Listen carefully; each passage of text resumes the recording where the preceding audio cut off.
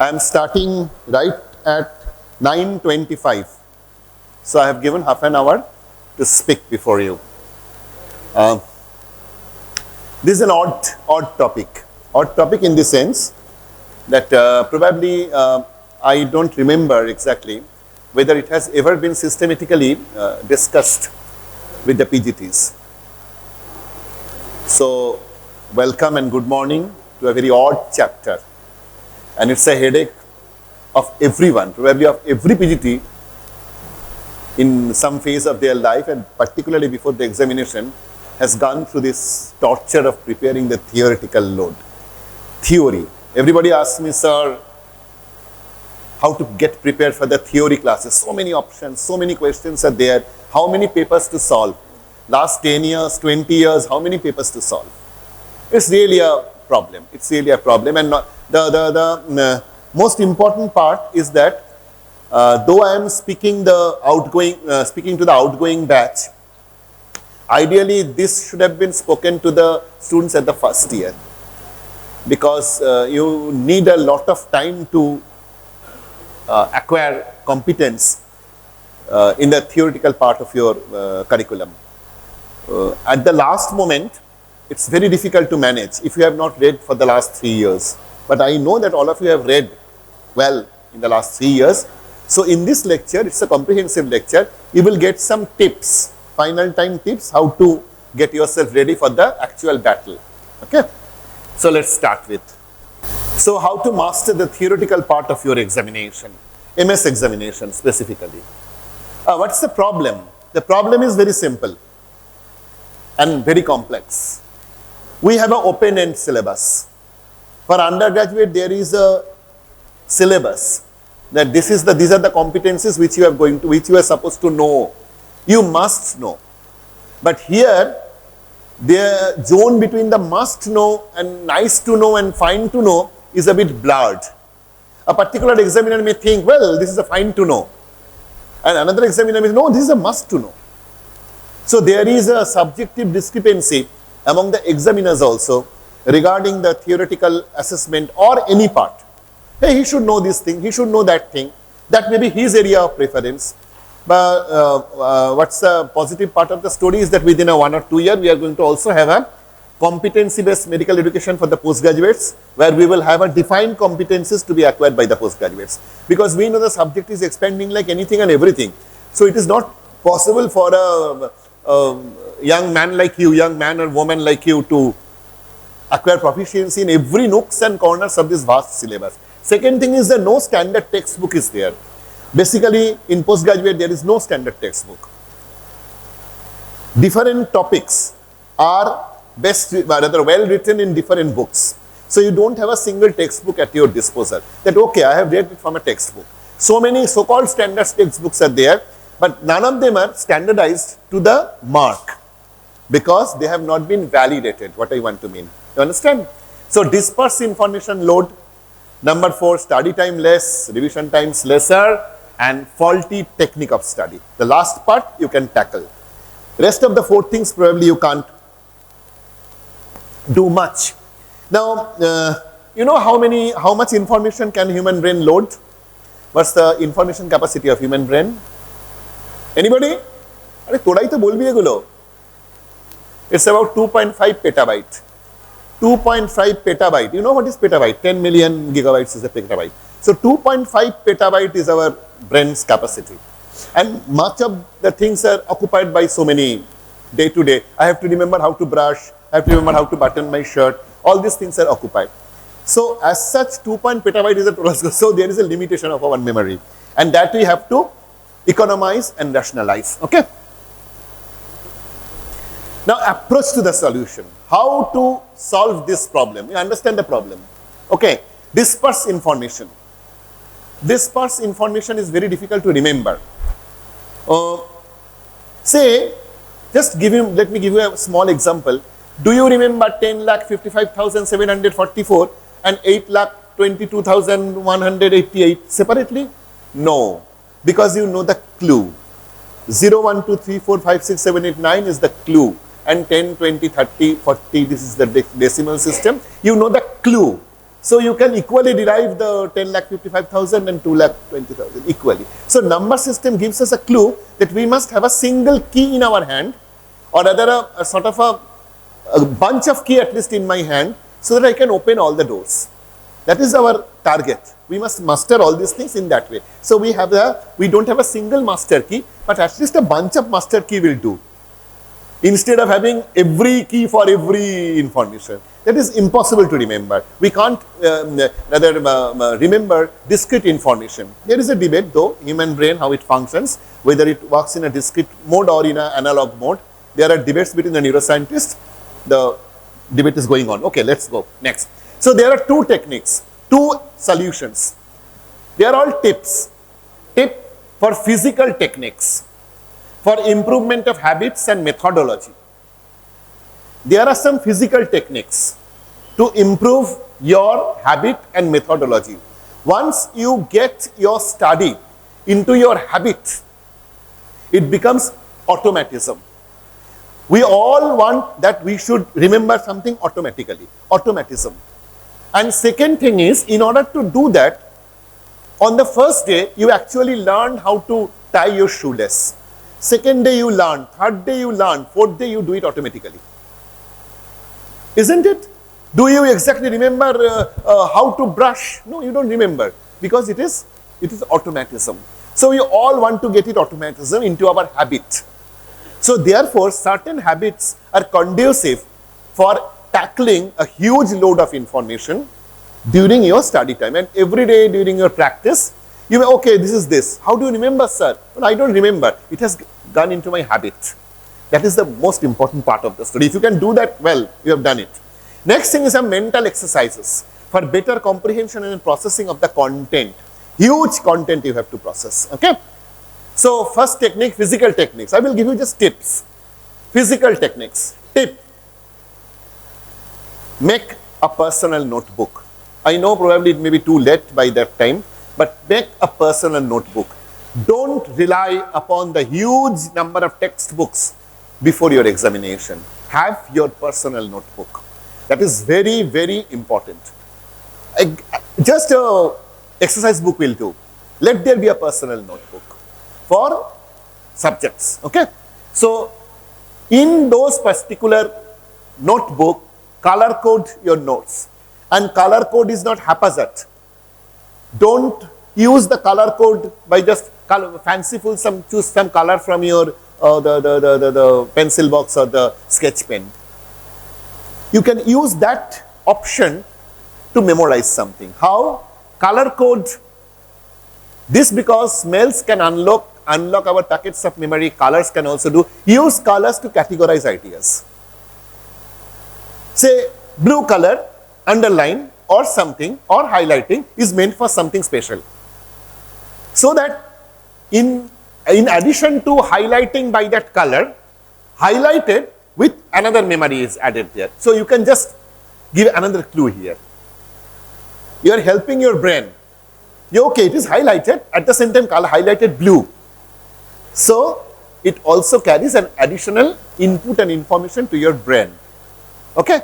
Second thing is, always use the background white background. Whenever you are taking any note, take white background, because the contrast helps our brain to recognize. Visual memory circuit operates. So when I am using it white and black. I could have used this colorful, fanciful red color, black, but that is not that impressive to your brain. Brain recognizes something against white better. Okay. Second, space it out. Second tip. Spaced repetition. This was proved by one neuroscientist, Ebbinghaus, 1800. It's proven that a study topic for 8 hours, what you are doing actually before the examination, 16 hours studying. After 16 hours of studying of a single subject, whatever you acquire, that could have been acquired 1 hour per day for 3 days. So now it's too late probably, but let me say, for the last 3 years of postgraduate, who has studied 2 hours a day are much better off than who is actually now studying 16 hours a day. Is much better off, because brain gets time to process. So in future, this will be necessary. Make a habit of studying 1 hour per day. That is sufficient. 1 hour or 2 hours is more than enough. You do that every day, routinely, early in the morning or late in the night, wherever you like. Instead of doing the WhatsApp and Instagram and social media, you do 2 hours of study, anything. You know, not you should read the ENT only. You can read a book, a story book. Because your brain recognizes that process as a system, automatism. Okay? Now, use the lag effect in increasing gap between the studies. Brain reinforces idea into long-term memory. So, if you are studying, say, nasopharyngeal carcinoma for the consecutive 3 days, brain will not recognize the last part of the story. So, study nasopharyngeal angioplasty on the day 1 and also autosclerosis next day. Then on the 7th, 6th, 5th day, you write again the nasopharyngeal carcinoma. In this way, brain will have time to settle down. Information will settle down. Okay? Some information will evaporate, definitely. But a certain amount of information will settle down into your brain also. Okay? And spaced repetition flashcards. You can go to these apps, Anki, Brainscape, Tips card, Tiny cards. You can use these apps. There are apps. They are the flashcards. They will help you to space it out. Okay, you have to study such and such now. These flashcards are very helpful. Doodle. I don't know how many of you do doodle during your lecture. When you are listening to a lecture, practice doodling. It's an important tool to remember. It's not a child's play. It has been proved by neuroscientists that doodling has got a definite effect on the memory. It keeps your brain on, particularly when you are listening to a lecture. Listening to a lecture and at the same time you are doodling something, you are not unmindful, rather you are more mindful. So, use this tool to listen to any lecture in future. In the class, oh, feeling sleepy, do a doodling. Do scribbling. Go lakchi, pakhi, akchi, do doodling. This helps your brain to keep active because all the circuits of your brain become active. And you can go to doodling in a meaningful way. Go to your Instagram account and search for the studygram. World-class doodlers can help you to how to develop better doodles. Okay. Some favorite studygram accounts that I have also given. These are the studygram accounts: STB Studies, Janice Studies, Megan Studies. You can go how to learn doodling. That's an important tool for remembering things. I do use this regularly for remembering things. Okay. And you know, these are the doodle scripts. Yes, this sort of picture will going to give you a lot of retention than studying 3 chapters together. Okay, so doodling helps. Another meaningful doodling. Doodling with a purpose. Clear? Study when you are fresh. Proven fact. বলে লাভ নেই, ছোটবেলা থেকেই বাবা মারা বলেছে সকালবেলা উঠে পড়তে বসলে পড়াশোনা ভালো হয়। করিনি, কিন্তু করলে সত্যিই ভালো হয়। Really. It's proven fact that morning studies really help to comprehend. This is because the brain, as it gets tired, cognitive load, it becomes slow to enter into our brain circuit. Plain and simple. So early in the morning, you are fresh, you are receptive to lectures, you are receptive to information. Your brain can process lectures better. Okay. Now, often I find in the class, kid is biting the pencil. Don't get annoyed. I don't get annoyed because he is keeping himself active. Someone is doing this thing. Physical activities during the study keeps you active and awake. So, bite a pencil if you are feeling exhausted. Stick a pencil like this. This smiling movement and squeezing of the face, facial expression, it releases endorphin. And when endorphin is released from your brain, the lecture which was very boring, it seems pleasant to your brain. Brain এত কিছু জানে না, brain শুধু neurochemicals বোঝে। Endorphin and serotonin K চেনেও। If some action and releases endorphin, serotonin, that is going to improve your brain. Right? এটা করলে serotonin পাবো। So it remembers like that. Clear? So power of smiling is always there. The biting the pencil or anything, chewing gum, yes, it can help you to remember things. Use the Pomodoro technique. This is a technique, proven technique scientifically. Technique is decades old. It's a simple way to ensure that you give yourself brain breaks. Put away all your distractions, mobile off. Then set a timer that I am going to complete this chapter within 45 minutes. Set a timer. You have to complete within 45 minutes. And force yourself to focus for that period of time. Just 45 minutes I have to concentrate in this chapter. Give this task to your brain. And after the task is accomplished, give your brain a reward. চলো এবার একটু WhatsApp করবো, কি একটু গান শুনবো, কি একটু গার্লফ্রেন্ড বা বয়ফ্রেন্ডকে ফোন করবো 2 minute. Allowed. Give your brain a reward for concentrating for 45 minutes. This is called a Pomodoro Technique. This is a Pomodoro Technique. When the timer goes off, have the brain break for a while, reward yourself with a music or a cup of coffee or anything you like, start all over again. Okay, a cup of coffee, then again start in this way. Clear? Am I clear to you? Now come to the mental exercises. Physical tips are given. Now how to help your this 1.5 kilogram of biomass of storing using that 2.5 petabyte in a better way. This 1.5 kilogram of biomass has to be given something. So mental exercise. First is concepts, not words.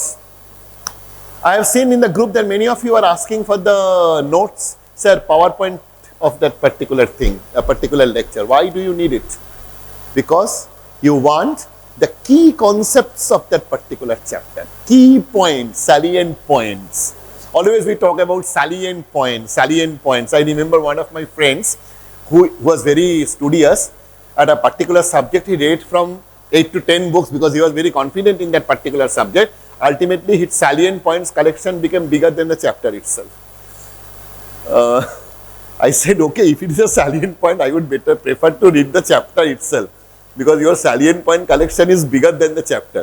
Okay, so that doesn't actually help, because you do not know which one is essential and which one is not essential. So better you create your own PowerPoint. That means visualize the key concepts. Internalize the self-questioning. Why it happens?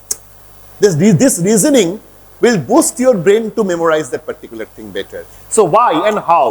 After reading a paragraph or two, when you feel that there is a change in the course of discussion, when you are reading a book, there is a change in discussion of the course of discussion, stop. Just allowed. তাহলে কি হলো? তাহলে এটার থেকে এটা গেল, এটার থেকে এটা এই জন্য হচ্ছে। Just utter it. Allowed. Teach yourself aloud. আমরা ছোটবেলায় বলতাম না, মানে বলে বলে পড়লে পড়ে বেশি মনে থাকে। It's true fact. So whenever you have read particular concept in 2 or 3 paragraphs, okay, now they are changing the course of the statements. Authors are changing the course of statement. Then you summarize and teach it yourself in your own words. This is a very good tip. Aloud. Discuss with your mentor. যদি বুঝতে না পারো, you can call your teacher or your RMO or your PGT. Dada, I can't understand. বুঝিয়ে দাও একটু. Of course, it can be done. And parallel resources for same topic. Don't depend on your textbook only. It is not that only the textbook has the last information or the book. Suppose you are seeing a particular operation, reading from the operation. At the same time, you can see the YouTube video. The same information will be replicated there in a different way, isn't it? And multimodal instruction of your brain will remember better. Whatever you may have missed in your book, probably you could have noted in the YouTube video. It always happens.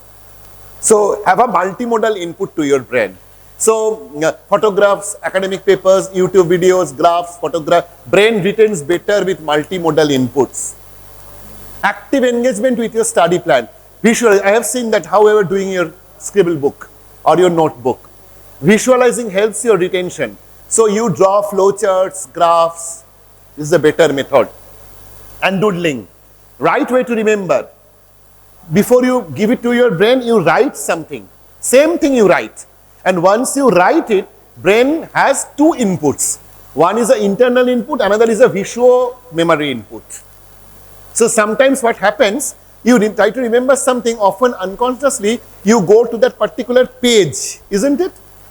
কি লেখা ছিল এখানটাতে একটা ছবি আঁকা ছিল না এখানটা একটা কি লেখা ছিল কি ওয়ার্ডটা ছিল it is simple that and you just write that same thing once again you're reinforcing your memory. Clear? Revise a laser when they scribble notebooks. When you are in laser, you just take the pages of your scribble book. পড়তে হবে না, just দেখে যাও কি ছিল কি ছিল কি ছিল কি ছিল নিজেরই লেখা বুঝতে সুবিধে কারোর সঙ্গে কমিউনিকেট করতে হচ্ছে না নিজের সঙ্গে নিজে কমিউনিকেট করছো when you read a book you communicate with the author says something to you when you are reading your scribble book you are actually communicating to yourself. This is the best way to do, isn't it? Use the Feynman method. You know Richard Feynman, he was a legendary physicist. Richard Feynman, he devised a method. Explain in simplest term to yourself as if you were teaching someone who is totally ignorant about it. Free to associate with innovative analogies, jargons, anecdotes, and distant objects and topic. Well, I have taught postgraduate in Midnapur for the last 10 years. Two of my students are here, those who got in the first year. I always do this thing. Whenever I teach something, I give an anecdote. I give a parallel study. I relate it with something else. A story of my life. I face this particular case, this happened, that happened. I do it very consciously because that will reinforce their memory. এই স্যারের জন্য এটা কি হয়েছিল একটা স্যারি অপারেশনটা করতে গিয়ে কি হয়েছিল এটা হয়েছে so these are the common complications. This is also a way of teaching. This is also a way of remembering things. This is a Feynman method. Another thing is understand the complex concept. Teach yourself aloud. That if you are ignorant, the easiest way you can explain something, that means you have grasped the whole subject.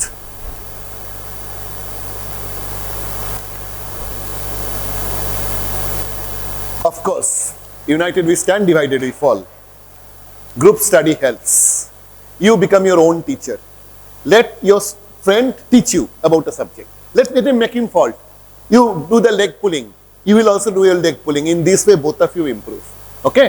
So, study with your buddy. Explain and teach topics to her or him. Actually, not for his benefit, but also your benefit. Okay? Mutually correct and improve yourselves. Fill up dark gaps in the study. Be non-judgmental and supportive to each other. Hey, kissu polisni? Jhule gechi. Tor fail karo obodharito. Don't be judgmental. Boss, এটা একটু পড়লে ভালো হতো না এইভাবে লাগে এটা বুঝলে সুবিধা হচ্ছে. In this way, you reinforce your mutual memory. It's a group study. We also did that. When we were PGTs, we used to do a group study. That is a mandatory. Do that. Bonus tip, get Sherlock-ed. This is another method of Loci. I don't know how many of you have gone to BBC Sherlock series. You have gone through it? There was a mind of palace, palace of mind. That is the concept. In the palace of mind, actually, it's a method. Relies on memorized spatial relationships to establish order and recollect memorial content. As if route to your college, এখান থেকে বেরিয়ে post office পাবো post অফিসটা মানে হচ্ছে lateral wall of the nose. Then আমি ওখানটা পাবো ওখানটা হচ্ছে এটা থাকবে in this way. So you can have a familiar location and relate it with a complex ideas. So that whenever you want to remember that particular, suppose a vestibular function system. It's one of the deadliest thing, vestibular function and the vestibular physiology and vestibular pathology. So you associate the vestibular pathology ideas, concepts with a famous locus. বাড়ি থেকে বেরোলাম বেরিয়ে এটা পাবো তার মানে এটা হচ্ছে lateral semicircular canal. সেখান থেকে এখানে আমপালা. So এই দোকানটা হচ্ছে আমপালা. In this way, you famous locations which you know, related with a complex idea. And practice it 2 or 3 times. Next time, don't remember the vestibular system. Remember the path from your college to your house. And every location will give you the gradual direction and gradual sequential exposure to the concepts. In a nutshell, when you start a chapter, see yourself as the author. And with the task assigned to write it. একটা chapter যখন পড়বে ভাববে তুমি author. তোমাকে যদি chapter লিখতে দিতে তুমি কি লিখতে? Think in that way. যে আমাকে লিখতে দিলে আমি কি লিখতাম? আচ্ছা আমি কি এগুলোই লিখতাম? Okay. So try to read the author's mind. Because ultimately in the answer script, you will be the author and examiner will be the reader. So transform yourself to the author. Probably I could have written this chapter better. Of course you can write it chapter better. No chapter is ultimate. Even the first chapter written by Stamberger may not be ultimate because science will develop and advance. It is not the ultimate. Okay. So break the major concept highlights in your notebook. You may discover a few more sub-concepts and clubbed concepts. এই 3-4 concept কে একসঙ্গেই বুঝে নেওয়া যায়। এটা বলে clubbed concept. And sometimes a concept you can break it into 2 or 3. That is called sub-concepts. You can also analyze in your, that is everything in your scribble book. Draw a mental map diagram with utmost concentration and comprehension. একবার যদি doodle খাতাটা ঠিকমতো করে নাও, পরে আর text বইটা খুলতে হবে না। Once you can make a complete notebook which is helpful to you, forget about the textbook. বড় বইটা খুলতে হবে না। Isn't it helpful? ওই জন্য বলছিলাম ফার্স্ট ইয়ারে করলে এটা সুবিধা হতো। ওকে। Check it twice or thrice if anything is left out. Once you have completed the scribble, চ্যাপ্টারে কিছু বাদ দিলাম না তো মোটামুটি সবই লিখে নিয়েছি স্ক্রিপ্টের মধ্যে। Yeah, okay. Mental mapping may be done with colored lines, green for causation. Suppose you have given concepts and you are giving green line. That means they are causative. Use that color also for remembering codes. Red for blue for augmentation. Okay, this particular event augments this event. So, blue, arrow blue. No scribble book only, okay? Before final note sheet once after a week, just revise your notebook once in a week. একবার খালি পাতা উল্টে দেখে নাও। And if necessary, add a few elements for better retention or comprehension. You can always improve your scribble book, isn't it? Before final examination, better spare voluminous textbooks. Before final examination, better spare your voluminous textbooks. You will just overload your memory, which will not be processed by your brain, and in the examination hall, you will simply fill that thought block. Because so much of information is going to go out of this small door, and ultimately there will be bottlenecking, which is not at all desirable in the examination. We need a laminar flow, not a turbulent flow. Okay?